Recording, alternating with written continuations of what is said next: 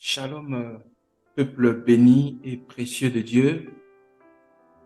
C'est toujours un plaisir de se retrouver ainsi, parce que bien aimé, lorsqu'on se retrouve au nom du Seigneur Jésus-Christ, il se passe toujours des choses. Alors ce soir, par rapport à notre thème sur le salut, nous allons partager sur la guérison à la belle porte. Prenons nos Bibles dans le livre des Actes des Apôtres.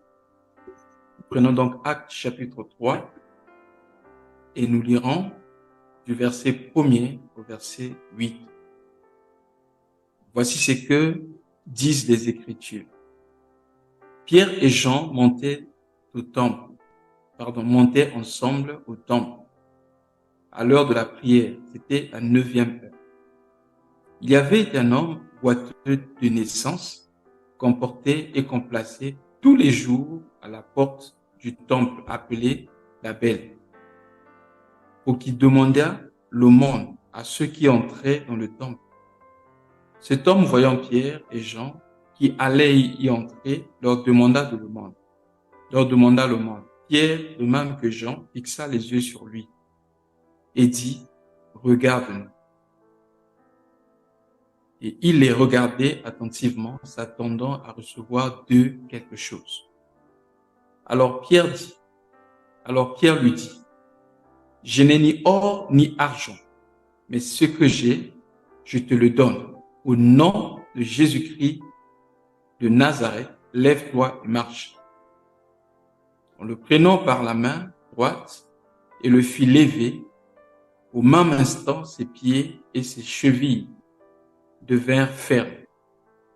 D'un saut, il fut debout et se mit à marcher. Il entra avec eux dans le temple, marchant, sautant et louant Dieu. Amen. Puis bien aimé, cette histoire du mendiant boiteux, nous enseigne des principes très très importants concernant le salut. Il est important que nous sachions que lorsqu'on parle du salut, le salut c'est à 3 niveaux. Parce que l'homme est esprit, âme et corps. L'homme est esprit, âme et corps. Comme le tabernacle qui était divisé en 3 parties, il y avait le parvis, le lieu saint et le lieu très saint. Le parvis était la partie visible, mais le lieu saint et le lieu très saint, c'était les 2 parties invisibles. Comme l'homme a un corps visible, une âme qui est invisible et un esprit qui est invisible aussi. L'âme peut représenter le lieu saint et l'esprit représente le lieu très saint, car Dieu se trouvait dans le tabernacle, dans le lieu très saint. Et la Bible dit, l'esprit est bien disposé, mais la chair est faible. Donc Dieu se trouve au niveau de notre esprit. Alors Pierre et Jean montaient ensemble au temple à l'heure de la prière.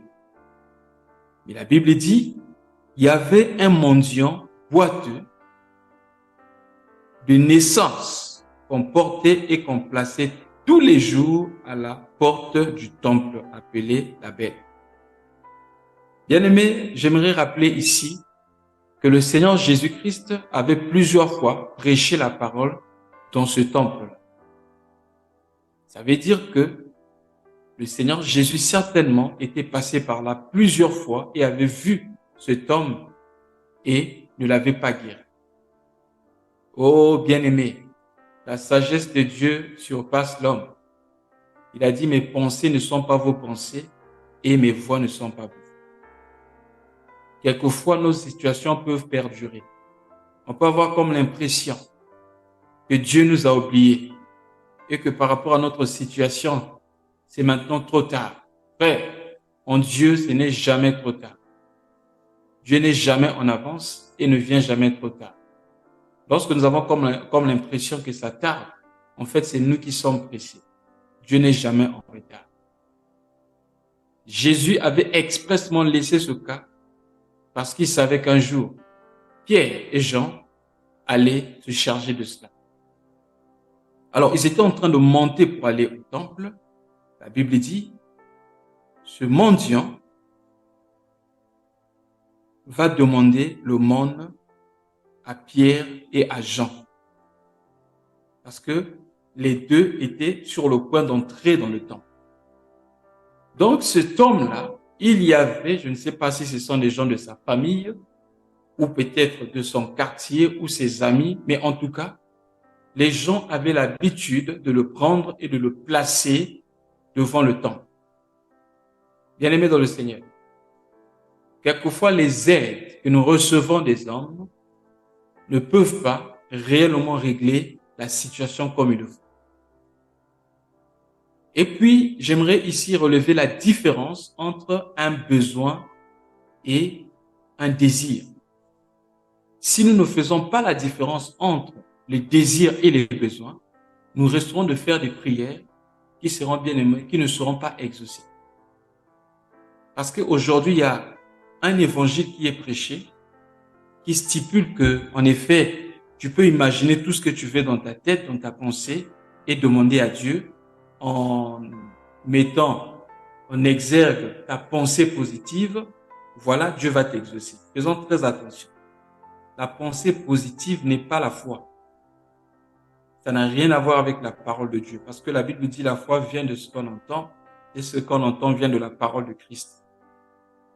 Et la Bible dit, par rapport aux prières que nous faisons, la Bible dit, Dieu nous exaucera, il accomplira tous nos besoins. C'est très important. Pas tous nos désirs, mais tous nos besoins. Voilà pourquoi, dans certains cas, lorsque nous allons prier, la réponse sera non, je ne te donne pas ça. D'autres, attends, je te le donnerai, mais pas maintenant. D'autres, ça sera, je te le donne maintenant. Bien aimé, c'est très important. Cet homme-là était tout le temps placé devant le temple. Qu'est-ce qu'il cherchait? Il était plus focalisé sur ses désirs. Voilà pourquoi il demandait ce qui était temporaire. Alors que le besoin de sa vie, c'était qu'il marche. Mais lui, tout ce qu'il cherchait, c'était avoir quelques miettes, avoir quelques pièces, parce qu'il était mendiant. Et la Bible dit, au verset 4, Pierre, de même que Jean, fixa les yeux sur lui. Oh, bien-aimé dans le Seigneur. Lorsque nous voyons Pierre, la réaction de Pierre et Jean, nous pouvons ici, bien-aimés, remarquer le caractère de Dieu. Combien ou comment agissons-nous lorsque nous sommes en face des mendiants?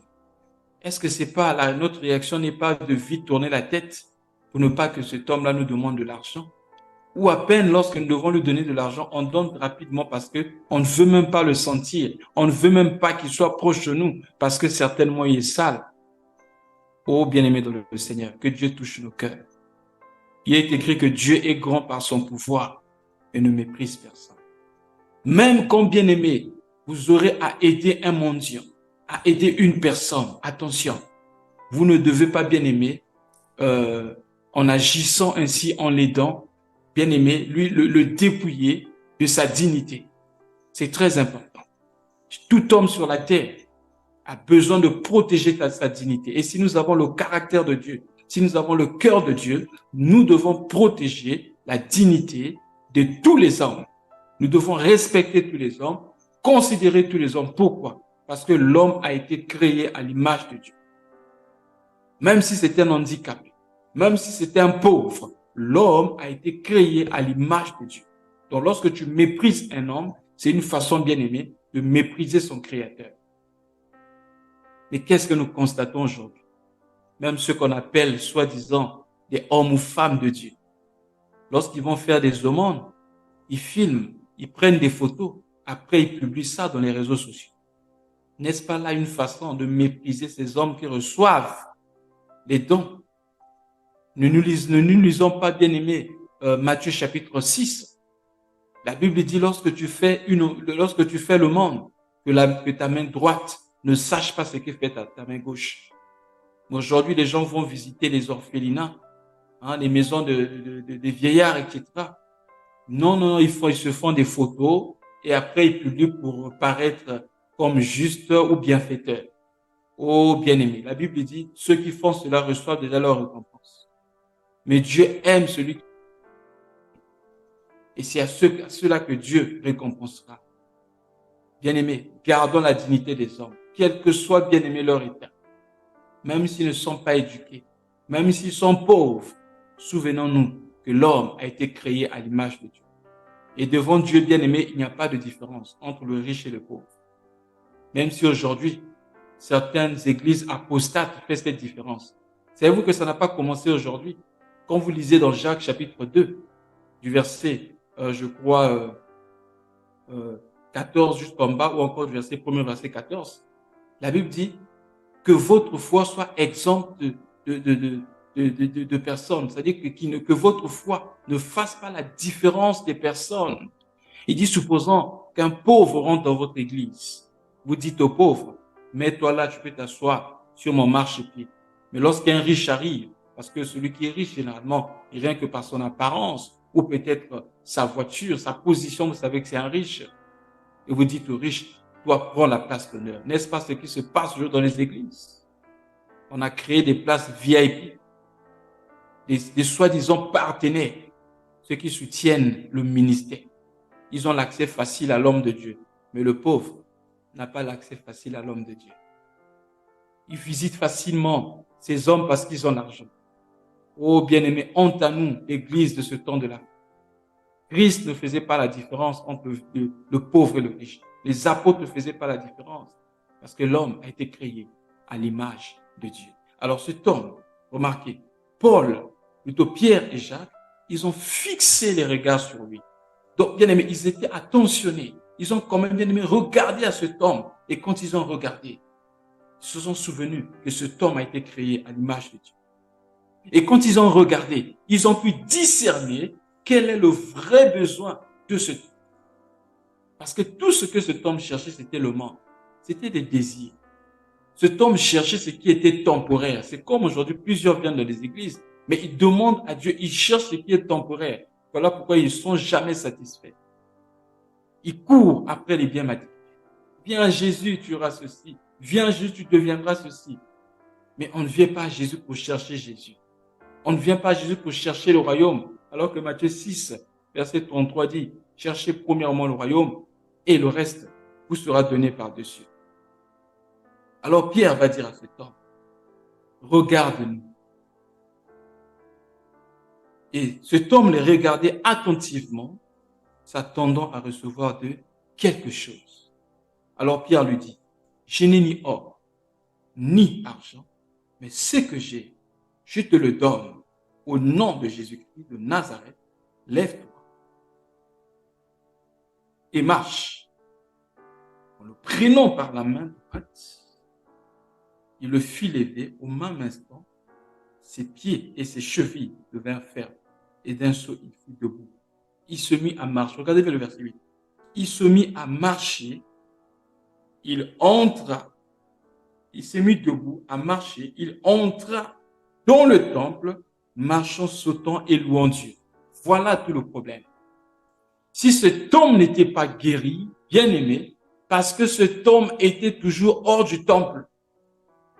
Il n'était jamais en contact avec le temple de Dieu.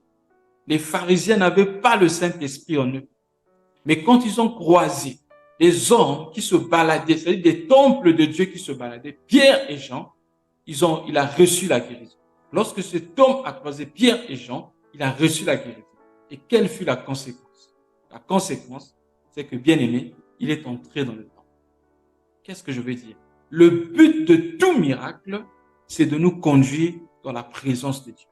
Le but de tout miracle, c'est de nous conduire dans l'adoration, à reconnaître la gloire de Dieu et, bien aimé, à nous attacher à Dieu. Cet homme s'est mis debout parce que tout le temps, il était par terre. Tout le temps, il était assis. Tout le temps, il était abandonné. Tout le temps, il était méprisé. Mais quand il a croisé la puissance de Dieu, quelque chose s'est passé dans sa vie. Il s'est levé, il s'est mis à marcher. Alors, il entra dans le temple de Dieu.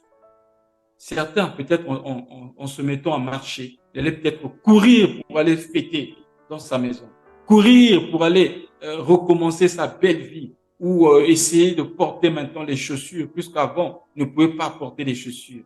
Mais cet homme, lorsqu'il a expérimenté le miracle, la première des choses, il est allé dans le temps.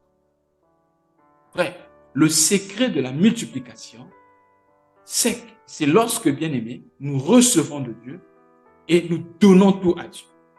Tout miracle, je reprends, tout miracle a pour objectif nous rapprocher de Dieu. Et malheureusement, nombreux ont perdu beaucoup de choses parce que lorsqu'ils expérimentent le miracle de Dieu, au lieu que cette chose-là soit confiée à Dieu, ils pensent que Dieu a fait cela pour eux.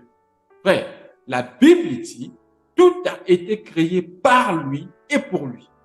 Donc, lorsque tu expérimentes un miracle, souviens-toi que cela, c'est pour la gloire de Dieu.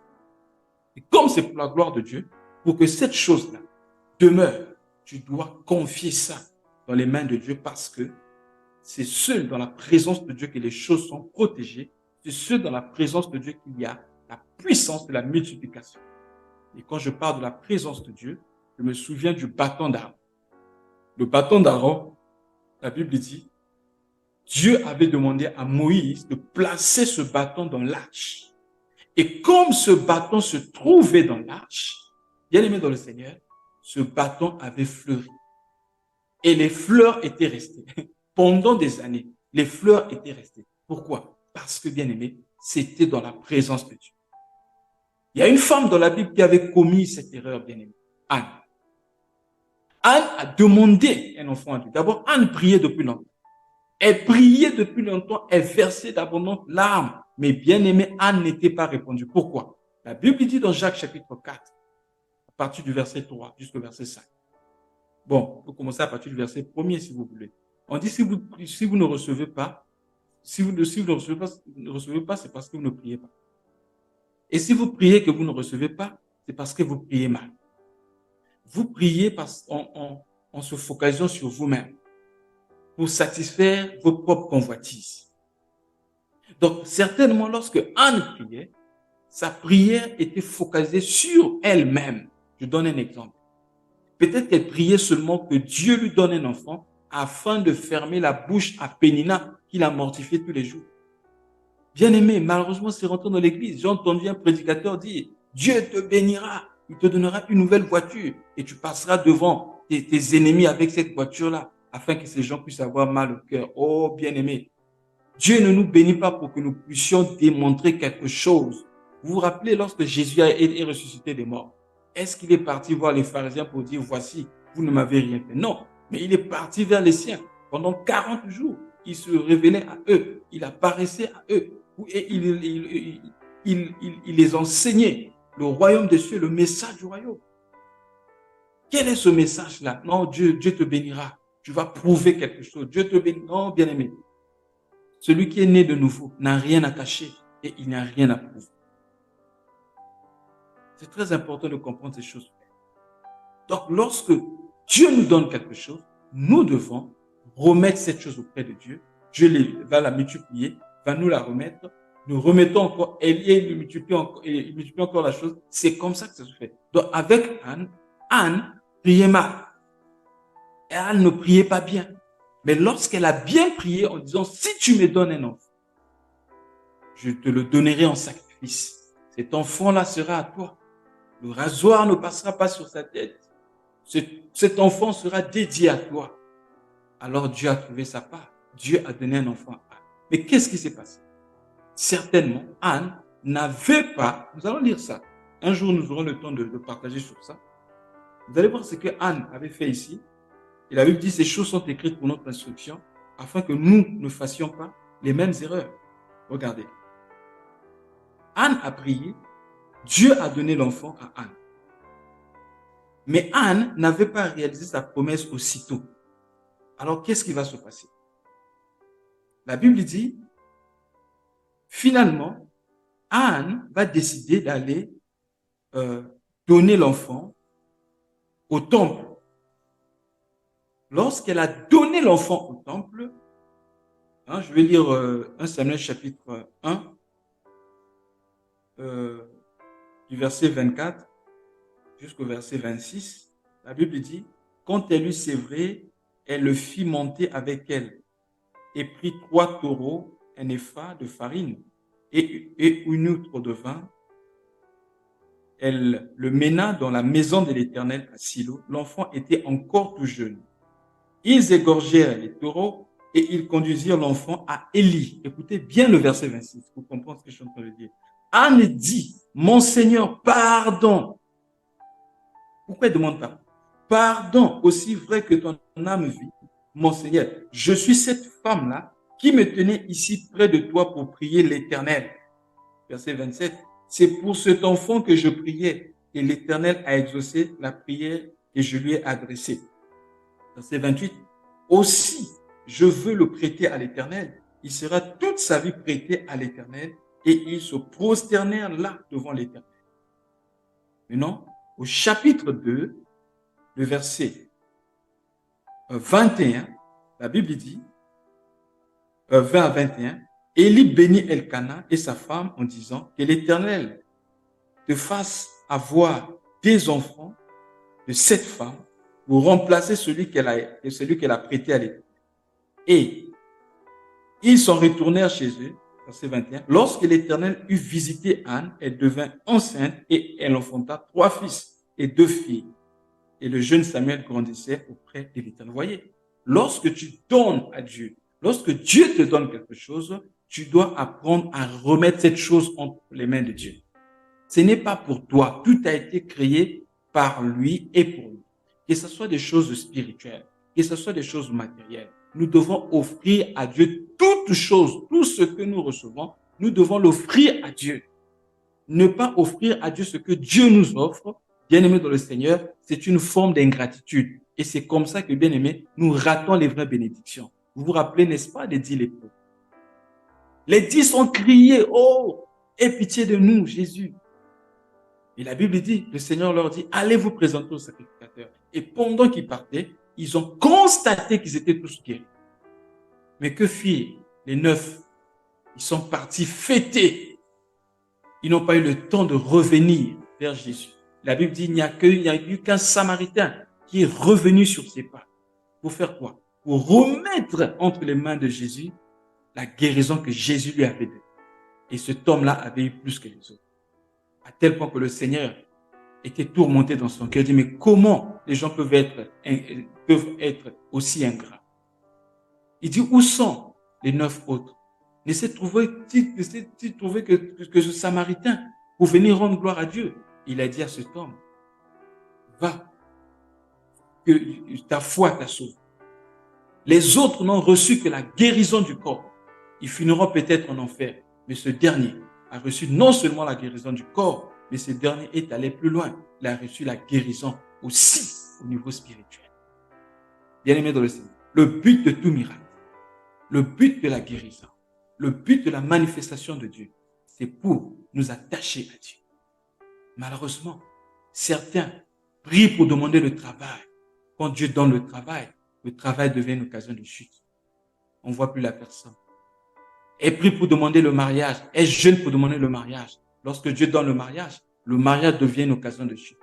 Non, je n'ai plus le temps pour l'église. Je dois prendre soin de mes enfants et de mon mari. Bien-aimés dans le Seigneur, faisons très attention.